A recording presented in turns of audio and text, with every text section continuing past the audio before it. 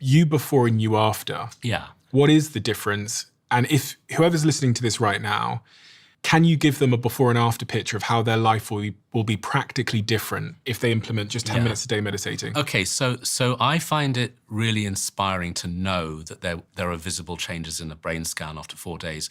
You don't necessarily feel those changes, but knowing that gives you faith and confidence. Just like if you eat healthy food, your body will improve, your health will improve. So knowing that is a good thing.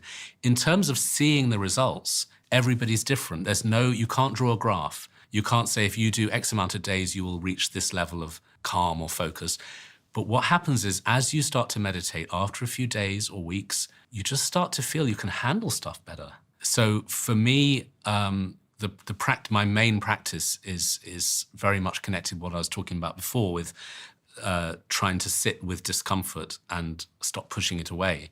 And that's a total revolution in my life. I was always on the run, always. I think we fail to realize that actually our entire human experience is just in our minds. Does that make sense, what I'm trying to say there? Because I'm there asking you about like, what's the upside of this, whatever.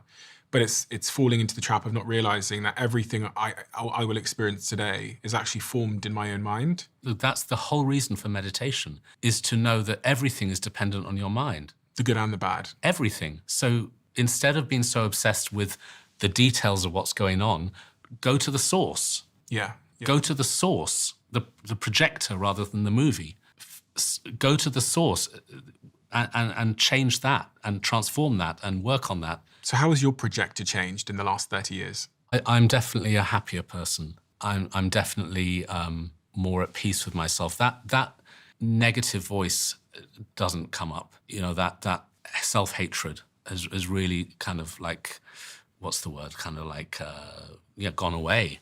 And I'm happier. And I feel so lucky to have tools that I know I can use when I'm suffering.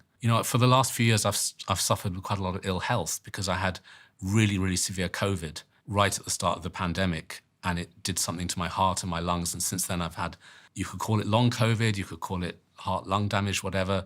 So I live with kind of levels of illness that are hard to deal with. But this practice is something I can do. I can sit there with an ill body and send love into that body and feel kind of okay. So it's made me stronger, and I can function better than before. But the other thing is I don't really care. I don't really care whether it's working or not, because I trust it, and I'm just going to keep going, and I'm in for the long game. I'm just going to keep going.